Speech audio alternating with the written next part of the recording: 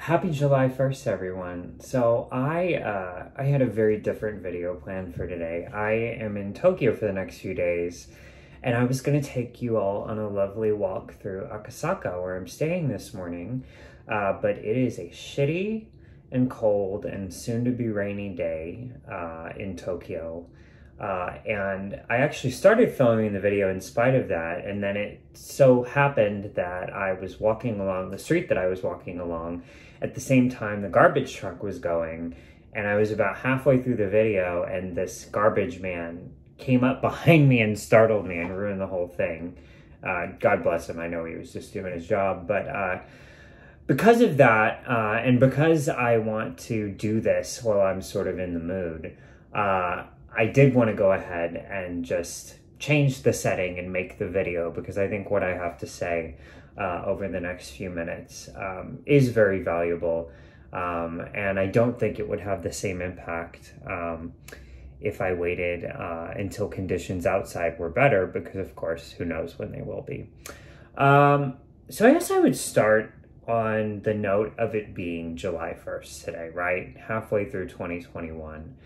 And on one hand, I feel deeply sad, and not just, or not only, I should say, when it comes to how little Japan travel restrictions have changed.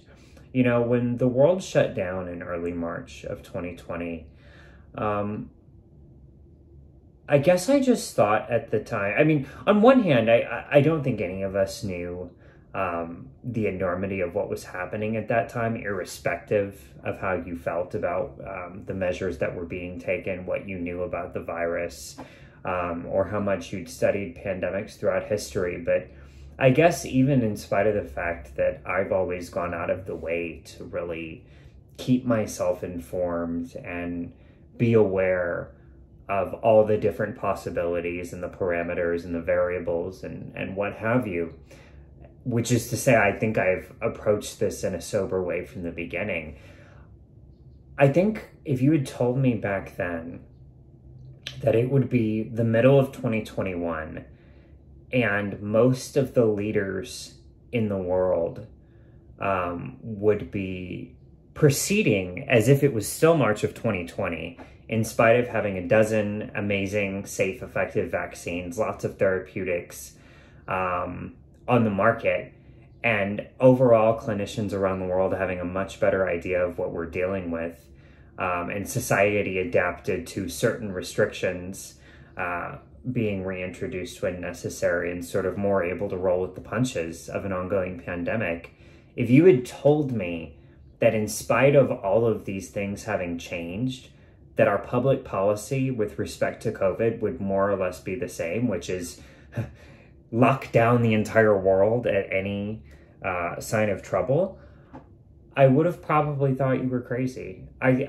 Honestly, the situation that we are in today, when back in March or April of 2020, April's more relevant for this video because that's of course when Japan's border slammed shut, but the situation we are in now would have been my worst case scenario back then. My worst case scenario.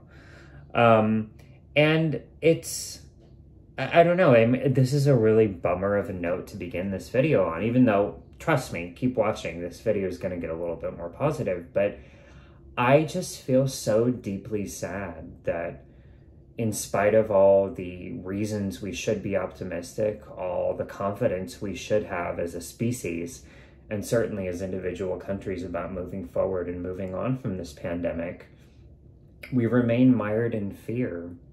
You know, I remember back in December when Japan's border slammed shut again after the residence and business tracks briefly being open over the variant that we now know as Alpha, and that we also now know, in spite of having been more transmissible, was not more deadly in any way. And I think in the grand scheme of the pandemic really didn't change things very much. I feel like that cycle that happened, where every time there's a variant or some other variable that comes into the equation, we sort of erase all the good things that are happening and go right back mentally and policy-wise to March or April of 2020, I feel like that's just this cycle that we're trapped in as a species right now. And it's really, in spite of all the medical reasons and all the logical reasons to feel better about where we are and where we're going, it's really difficult to be hopeful when all the people who hold power and influence seem to want to continue this charade forever. And make no mistake about it, it is a charade. SARS-CoV-2 is a real virus. Real people have gotten sick and died from this, and that's tragic and terrible. But I remind everybody that prior to January of 2020 in Wuhan, China, and this virus that, while tragic, is not especially deadly or remarkable in an epidemiological sense, prior to that, mass quarantines of healthy people never occurred before in human history. Never. These were an invention of Xi Jinping and essentially are a Chinese scam that has been shipped around the world. And most leaders, and I'm sad to say most of the human population, maybe including some of you, have fallen for it. And I just, I can't believe we're all still hypnotized. Anyway, that was a very long introduction. Looks like about 6 minutes and 20 seconds. So for those of you who are still here, let's start talking about the Japan travel restrictions as they stand right now and where I see them going.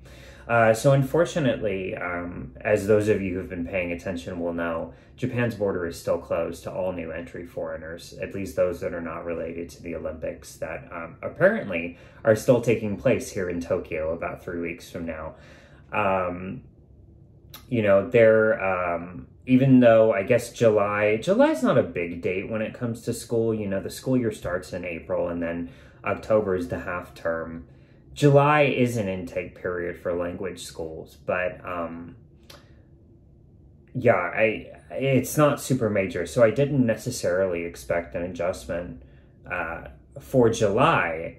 So on one hand, the fact that the border is still closed is not a huge surprise. On the other hand, what I have noticed as I've perused the media, and in particular the Japanese language media, which is something that I'm now able to do now that I can speak and read and write a little bit of Japanese, is that the conversation seems to be shifting. So I think last year, the Japanese government, particularly Motegi, who's as insufferable and short as ever, they were talking about a phased reopening, right? Essential people first, business, students, and then eventually foreign tourists, and even that would be phased within. But it does seem like now that the Japanese vaccine rollout is really accelerating and proceeding at full speed, I think they've been over 1 million doses a day average for almost 2 weeks now. It seems like what they're working toward is, at least for vaccinated travelers, to have some kind of full reopening of the border that will occur sometime after the Olympics. I'm assuming probably around the 1st of October after the election, as well as after the Olympics and the Paralympics finish. And I'll post some of the links to documents and websites that have led me to believe that. You know, Stranded Out Japan shared a great post from someone that was talking about, more broadly in terms of Japanese government policies, a lot of agencies are being advised to expect foreign tourists to start arriving again in October of this year. And anyway, there's all sorts of various hints being dropped in the Japanese media, because one thing that the Japanese media really likes to do, I would say almost more than a lot of Western media outlets, is it really likes to telegraph the direction that the government is going in terms of policy. So I'll put those links in the description, and I think a lot of you will find those interesting. Now, for some of you, this is going to sting, right? This idea that you have a COE or even a valid visa to study or work in Japan, or you have a Japanese spouse or child, and you're going to be allowed to come in only once tourists are going to be allowed to come in. That stings, that's not fair, and that sucks. At the same time, assuming this is what happens with the Japanese government's immigration policy, I will say that I think it's sensible in the sense that by the time this will take place in October 2020, which will be 18 months after the border closed in the first place, that is not the time for residence track and business track. That is not the time for travel bubbles. That's not the time for half measures. That is the time to fully reopen. And, we're actually seeing that in other places in Asia. And this comes as a surprise to me, of course, because justifiably, I've been pretty cynical about the direction Asia has taken in this pandemic, this zero COVID fantasy that places like Australia are now realizing is not sustainable and is never going to happen. It's like that quote from Mean Girls: "Stop trying to make fetch happen. It's not going to happen." Same thing with zero COVID. To the extent that Singapore, which was essentially a zero COVID economy for the past year and a half, has said that once it has a critical mass of its citizenry vaccinated against COVID, which I think they're saying they expect to have around 70% by their National Day in early August, they're going to start treating COVID like flu. They're going to stop reporting daily case numbers. They're going to focus on hospitalizations and deaths. They're not going to have blanket entry bans. They are going to have breathalyzer COVID tests at the border and at other places where there are mass gatherings. They may or may not have mask mandates, but the point is that they are not going to continue being a slave to this virus. They're going to learn to live with it. They're going to move on. The Thai PM, to his credit, and I don't give him a lot of credit because he's a dictator that seized power in a military coup. I don't want to give Prayut a lot of credit, but he has said mid-October, so 4 months from July 15th, when he made the announcement, the country is going to fully and irreversibly open to foreign travelers with minimal or no restrictions, because we have to for the sake of our economy. I feel like around the world, in spite of all the doom and gloom that I opened this video with, certain people, and thankfully certain powerful people, are really starting to see the light. And I hope that the subtle signals I'm seeing in Japanese media reflect that Japanese leaders, at least behind the scenes, if they're not ready to admit it now, are realizing that SARS-CoV-2 is not going anywhere. It's going to continue to mutate. There might be variants, there almost certainly will be more variants in the future that are more virulent, more contagious than Delta, and might even be resistant to some of the vaccines.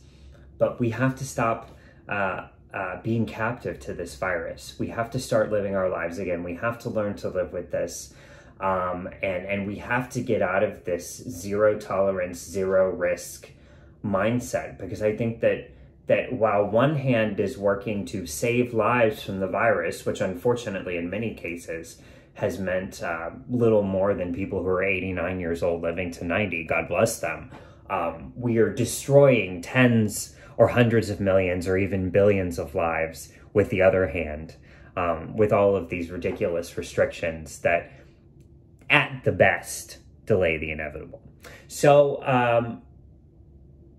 yeah, I guess I would say that I don't see any relief on the horizon imminently for anybody who wishes to enter Japan. July is obviously not going to happen. I don't think August is going to happen because we'll be going from the Olympics to the Paralympics then. September is probably not going to happen because that's election month. But barring an actually medical significant change in the COVID picture worldwide, because you have to understand that a lot of this hype about Delta has no basis in medical science.